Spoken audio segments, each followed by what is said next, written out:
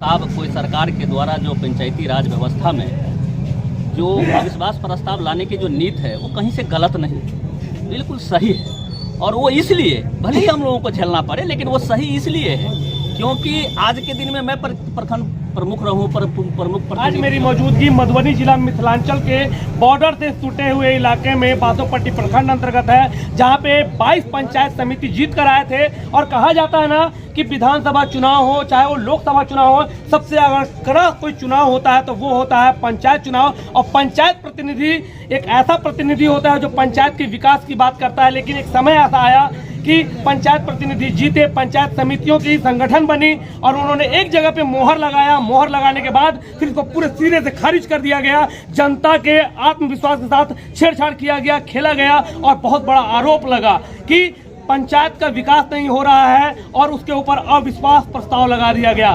पूरी पंचायत चुनाव के अंतर्गत किसी भी जनता को पता ही नहीं होता कि अब अविश्वास प्रस्ताव होता क्या है। सारे के सारे जनता सोचते रहते हैं, बड़े बड़े आरोप लगते हैं। यहाँ तक के आरोप लगते हैं कि पंचायत समितियों को बॉर्डर इलाके में ले जाया जाता है, अपहरण कर लिया जाता है, किडनैप कर लिया जाता है। यहाँ तक की आरोप लगा दूसरे प्रखंड में कि पंचायत समिति को जहर देके मार दिया गया। राजनीतिक कुर्सी के कारण इतने बड़े बड़े आरोप लगते हैं और इन सारे आरोपों को खारिज करने के बाद फिर से वही प्रमुख की कुर्सी बरकरार है। आइए उस जनप्रतिनिधि से मिलाते हैं कि उनकी जिंदगी में कितने सारे उतार चढ़ाव हुए और फिर से उस कुर्सी को पाने के लिए उन्होंने कितनी मशक्कत की है। स्वागत है सर आपका। सर, आप अविश्वास प्रस्ताव होता क्या है? सबसे पहले तो आप जनता को ये बताएं कि अविश्वास प्रस्ताव लगता क्यों है और ये होता क्या है। वो क्या है कि अविश्वास प्रस्ताव कोई सरकार के द्वारा जो पंचायती राज व्यवस्था में जो अविश्वास प्रस्ताव लाने की जो नीति है वो कहीं से गलत नहीं, बिल्कुल सही है। और वो इसलिए भले ही हम लोगों को झेलना पड़े, लेकिन वो सही इसलिए है क्योंकि आज के दिन में मैं प्रखंड प्रमुख रहूं, प्रमुख प्रतिनिधि रहूं या कुछ भी रहूं, या चाहे कोई मुखिया है चाहे कोई भी है, वो जो प्रोसेस है वो इसलिए क्योंकि आपको जिस उम्मीद से लोगों ने वोट दिया तो जनता की बहुत ज्यादा, आप अगर प्रतिनिधि है आपकी क्या उम्मीद है, क्यों जीतते हैं, ये आपकी मनसा है। लेकिन वो जनता भी सोचते हैं कि हमने जिसको वोट दिया तो बहुत सारे आशाएं अपेक्षाएं उन प्रतिनिधियों से रखता है। फिर उस आशा अपेक्षा पर आप कितना खरा उतरते हैं या नहीं उतरते हैं, अगर उनको सही से संतुष्ट आप नहीं कर पा रहे हैं तो फिर उसका क्या रास्ता रहेगा। तो फिर उनका हाथ कट गया। तो इसीलिए अविश्वास प्रस्ताव है कि आपने सही से अगर उनको विश्वास में नहीं लिया, उनका जो रुचि है, उनका जो अभिलाषा है, उनको अगर आपने नहीं लिया विश्वास में, तो फिर अविश्वास प्रस्ताव की प्रक्रिया होती है। तो कहीं ना कहीं ऐसा जरूर है कि जो आपके साथ जो जितने भी पंचायत समिति सदस्य थे उन लोगों के बीच में थोड़ी सी मतभेद थी और उन लोगों को ऐसा लग रहा था कि हमारा जो विश्वास आपके साथ अनबन चल रहा है, इसलिए उन्होंने अविश्वास प्रस्ताव की ओर प्रस्ताव रखा। सवाल है कि सिर्फ ये प्रतिनिधियों के साथ में सरकार जितनी भी नीतियां लाती है, बहुत सारे डिटेल में मैं नहीं जाना चाहता, बहुत सारी नीतियां, बहुत सारे आईपीसी सीआरपीसी में बहुत सारे धाराएं हैं, बहुत सारे जनप्रतिनिधियों के लिए बहुत सारी प्रक्रियाएं हैं। ये सब जो प्रक्रिया है ना, जिस उद्देश्य से सही उद्देश्य से बनाया जाता है, इसका कहीं ना कहीं क्या कहे, अधिकांशतः लोग दुरुपयोग करने की बात करते हैं। यहाँ खास करके दुरुपयोग करने की, अगर हमसे प्रॉब्लम लोगों को होगा तो बासोपट्टी के आम आवाम को प्रॉब्लम हो सकता है, हमसे प्रॉब्लम होगा तो बासोपट्टी के जनप्रतिनिधियों को प्रॉब्लम हो सकता है, हमसे प्रॉब्लम होगा तो हमको जिन्होंने मदद किया, उनको हमसे अपेक्षाएं थी, उस पर मैंने खरा नहीं उतर पाया, उनको कष्ट होना चाहिए। लेकिन भाई यहाँ के लोगों को कहाँ कष्ट होता है? कष्ट तो जयनगर वाले लोगों को ज्यादा हो जाता है, ये तो चीन जापान वाले को ज्यादा कष्ट हो जाता है। समस्या तो वहाँ जाकर पैदा होती है। यहाँ बड़े नेता बनने की लोगों को होड़ है और मैं बड़ा बनूंगा कि बनूंगा, मुझे कहीं से ये नहीं है, वो तो जनता की कृपा है कि मैं आज प्रमुख हूँ, कल वार्ड सदस्य रहूंगा कि प्रधानमंत्री बनूंगा, मैं ये नहीं जानता। मैं सिर्फ अपना कर्म करते जाता हूँ। लेकिन कुछ यहाँ के इंद्र रूपी कुछ नेता लोग जो हैं, जिनको लगता है कि विश्वामित्र का तपस्या पूरा होने से वो इंद्रासने मांग लेंगे, सब अपने अपने इंद्रासन की रक्षा करने में, जो कम से कम वीरेंद्र यादव का तपस्या पूरा नहीं हो, इसलिए यहाँ तपस्या भंग करने के लिए अविश्वास प्रस्ताव का ये नेता लोग काम करते हैं। और उसमें यही के लोग नहीं है, वहाँ जयनगर के लोग हैं। हमको तो इस बार लग रहा था कि बासोपट्टी के पंचायत समिति सदस्य द्वारा यहाँ प्रमुख बनाया और बिगाड़ा नहीं जाएगा। इस बार जयनगर के कुछ चुनिंदे मुखिया लोग यहाँ वोट करेंगे गिराने के लिए और बनाने के लिए। ये प्रक्रिया चल रही थी 3-4 महीना से। जो लोग कहते हैं कि हम बहुत बड़ा कलाकार है, तो इस सब में अपना कलाकारी को यूज करने की बात करते हैं। तो मेरा तो अपना काम है, मैं तो शुरू से ही 2006 से आज तक जनता का आशीर्वाद, चौथा 5 वर्ष में पंचायत चुनाव मिलते आया है। हर बार हारता हूँ, जीतता हूँ, ऐसा प्रक्रिया चलते आया है। लेकिन मुझे अनुभव है कि जो भी उस टाइप के लोग हैं नेता, वो कभी नहीं चाहेगा जो वीरेंद्र यादव जैसे लोग कभी भी प्रमुख या किसी भी पद पर रहे।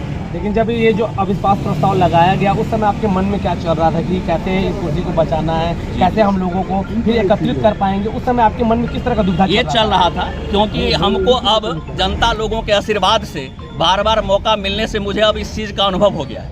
क्योंकि मैं पहली बार 2006 से 11 में एक वोट से प्रमुख चुनाव हारा था। उस समय में मैं अभिमन्यु जैसे था, मुझे 7वां फाटक तोड़ने का अकल नहीं था, तो मैं अभिमन्यु की तरह उस बार एक वोट से बद हो गया। अब मैं अर्जुन की तरह लड़ता हूँ जनताओं के आशीर्वाद से, तो अब तो 7वां फाटक तोड़ देता हूँ। मैं तो समझता हूँ कि जितना बड़का नेता है वो सब हमारा खिलाफ करेगा, इन्हीं नौजवान लोगों के बदौलत। ये सब जो नौजवान लोग हैं, गरीब गुरबा लोग सब जितना देख रहे हैं ना, जिसको नेतागिरी से कोई माने मतलब नहीं रहता है, उन तमाम लोगों का दिल से जो आशीर्वाद रहता है वही चीज ऊपर वाला को भी सुनना पड़ता है, और मेरे जैसे लोग आज भी प्रतिनिधि के रूप में बने रहते हैं। अभी आपकी तरफ से कितने पंचायत समिति आपको समर्थन दिया और फिर से इस कुर्सी पर बरकरार रखने का काम किया? पिछली बार तो जो चुनाव हुई थी उसमें प्रखंड प्रमुख साहिबा 8 वोट से चुनाव जीती थी, और इस बार अविश्वास प्रस्ताव में तो कोई भी विरोधी और समर्थक माने जो थे वो तो पहुंचा ही नहीं। माने सदन से मतलब सारे लोग बाहर रहे। तो ऐसा सरकार की प्रक्रिया है कि अगर सदन से बाहर नहीं रहते हैं, अगर सदन में प्रमुख के अविश्वास प्रस्ताव के पक्ष में अगर बहुमत नहीं होता है तो फिर वो खारिज हो जाता है। तो वही हुई है, तो इसमें तो कोई नहीं है, लेकिन 11 लोगों ने मिल करके या तो किसी के बहकावे में या उनकी अपेक्षाओं को पूरा नहीं होने के क्रम में जैसा भी उनको लगा हो, लेकिन मैं उनको भी विश्वास में लिया जो 11 लोगों ने अविश्वास लगाया था। बाकी विरोधी सपोर्टर क्या कहूँ, मैं प्रखंड प्रमुख हूँ तो तमाम लोग मेरा ही हैं, क्योंकि विरोधी का एक अलग प्रमुख है, सपोर्टर का एक अलग प्रमुख का कुर्सी वहाँ है नहीं। ये कुर्सी है तो विरोधी सपोर्टर सबों के लिए है और समान भाव मिले। सभी के सभी पंचायत समिति आपके लिए बराबर ही होंगे। अब पूरे 5 वर्ष के लिए आपको कार्यभार दिया गया है, जो रुके हुए कार्य थे, जनता लग रहे थे कि अविश्वास प्रस्ताव लग गया है। अब पूरे जो भ्रष्टाचारी चरम सीमा पर है, अफसरशाही चरम सीमा पर है, कोई भी जनप्रतिनिधि उसको काम अच्छे से नहीं दिया जाता है, भ्रष्टाचारी हो जाता है। तो क्या लग रहा है कि इस पंचवर्षीय में जो बहुत कम समय बचा है उसमें आप विकास कर पाएंगे अपने क्षेत्र का? निश्चित रूप से विकास करेंगे। और भ्रष्टाचार की जहाँ तक सवाल है, मैं शुरुआती दौर से जब से मैं प्रतिनिधित्व किया हूँ, आज से 20 बरस के रीजन में कोई एक भी आदमी नहीं कह सकता है कि प्रमुख साहब किसी को किसी चीज के नाम पर 20 रुपया भी झूठ और घूस ठग लिया। 20 रुपया का राजनीति करना छोड़ दिया। तो मैं उस पर खुद भी रहता हूं, लेकिन जहां सिस्टम बहुत ज्यादा करप्ट हो जाने की बात होती है तो वहां जूझना पड़ता है। हालांकि बासोपट्टी में और जगह की तुलना करते हैं तो हम देखते हैं कि पदाधिकारियों को अभी काम में रुचि रहता है, नहीं रहता ऐसी बात नहीं है। कहीं अगर कमी है उसको मैं दूर करने का भी प्रयास करता हूं, कहीं कहीं होता है ऐसा मुझे लगता है तो मैं डांटता भी हूं। एज ए गार्जियन मैं उनको डांटता भी हूं और वो सही रूट पर आता है। रह गई विकास की बात, तो हम क्या कहेंगे अपने मुँह से? विकास तो बोलता है। आज से 2 साल पहले प्रखंड में गए होंगे, सो देखे होइएगा, आज प्रखंड में घुसते होइएगा, सो देखे होइएगा। विकास तो प्रखंड ही बोल रहा है। आम रह गई विकास करने की बात है। तो पहला साल में 2021 में 29 नवंबर का जब चुनाव हुआ था, उसमें जीतने के बाद सिर्फ 3 से 4 महीना के अंदर में आप वहां 1 नंबर से लीजिए, खौना, मैनाथपुर, छतौनी, कटैया, बीरपुर, घोड़बंकी, अरघावा, सेली बेली, हथापुर, परसा, माने क्या कहते हैं, डामू,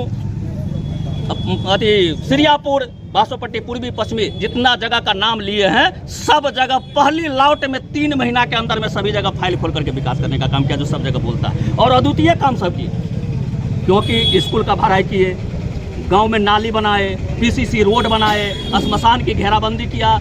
बहुत सारी विकास का जो काम है प्रखंड को देखते करते हैं, सौंदर्यीकरण का कितना बेहतर किए हैं आज के दिन में लगता है। और यही नहीं, मैं उम्मीद और आशा करता हूँ और सरकार से मांग भी करता हूँ इसी बहाने, आप ही लोगों के बहाने, कि बासोपट्टी को आकांक्षी ब्लॉक एक होता है जिसमें अलग से सरकार, केंद्र सरकार फंड देते हैं और बिहार राज्य सरकार फंड देती है। और आकांक्षी ब्लॉक में अपना प्रखंड आज के दिन में 1 नंबर पर चल रहा है, जिसका पूरा मॉनिटरिंग हो रहा है। और ये आकांक्षी ब्लॉक हो गया तो पूरे मधुबनी जिला में नहीं, पूरे बिहार में बासोपट्टी प्रखंड नंबर 1 पर आ जाएगा। प्रयास में लगाओ। तो ये आकांक्षी ब्लॉक के लिए आप मांग कर रहे हैं कि जी, मांग कर जी जी जी जी जी। प्रमुख साहब, एक थोड़ा कटु सवाल है, आपको थोड़ा तकलीफ भी लगेगा लेकिन मैं क्षमा चाहूँगा। बहुत सारे लोगों का मानना होता है कि जब कभी भी प्रमुख चुनाव नज़दीक आते हैं तो सारे पंचायत समितियों को बॉर्डर उस पार ले दिया जाता है, मुंबई चले जाते हैं, दिल्ली चले जाते हैं और खूब अच्छे अच्छे पकवान खिलाए जाते हैं, मौज मस्ती करवाया जाता है। क्या इसमें सच्चाई है या कुछ ये अतिशयोक्ति है? इसके बारे में थोड़ा जानकारी देंगे। सर्दी का विरोध वैसे लोग करते हैं जिसके पास खुद रजाई नहीं होता है जी, क्योंकि वो खुद ही जिसको खरीदना चाहता होगा और वो उनको घर पर नहीं मिलता होगा जहाँ वो खरीद फरोख्त करेगा, मान लेकर के जहाँ से उनको ट्रैप नहीं कर पाएगा। तो वो नहीं कर पाने के लिए उनको नहीं मिलता होगा तो कहता होगा नेपाल इंडिया ले गया तो भाई उसका ट्रेस दो ना। सरकार का बहुत सारा नियम कानून बना हुआ है। मतलब कहीं ना कहीं ऐसी स्थिति है कि बस ये बताया जाता है कि वो बाहर ले गए, लेकिन ऐसा होता नहीं है। ऐसा कुछ नहीं होता है। और वैसे ही बोले तो जो वैसे ही लोग बोलते हैं जो उसमें गलत चीज का मैंने फैलाना चाहता है, राजनीति को जो दूषित करना चाहता है वैसे लोग फैलाता है। और इस चीज को मुझे कहने की जरूरत नहीं है, सारा आवाम अब जान रहा है कि कौन अच्छा कर सकता है कौन बुरा। आम जनताओं को कुछ संदेश देना चाहेंगे? जो आप जीत के आए हैं, आपको सारे पंचायत समिति, सारे क्षेत्र की जनता बहुत ज़्यादा प्रफुल्लित है, तो आम जनताओं को कुछ संदेश देना चाहेंगे?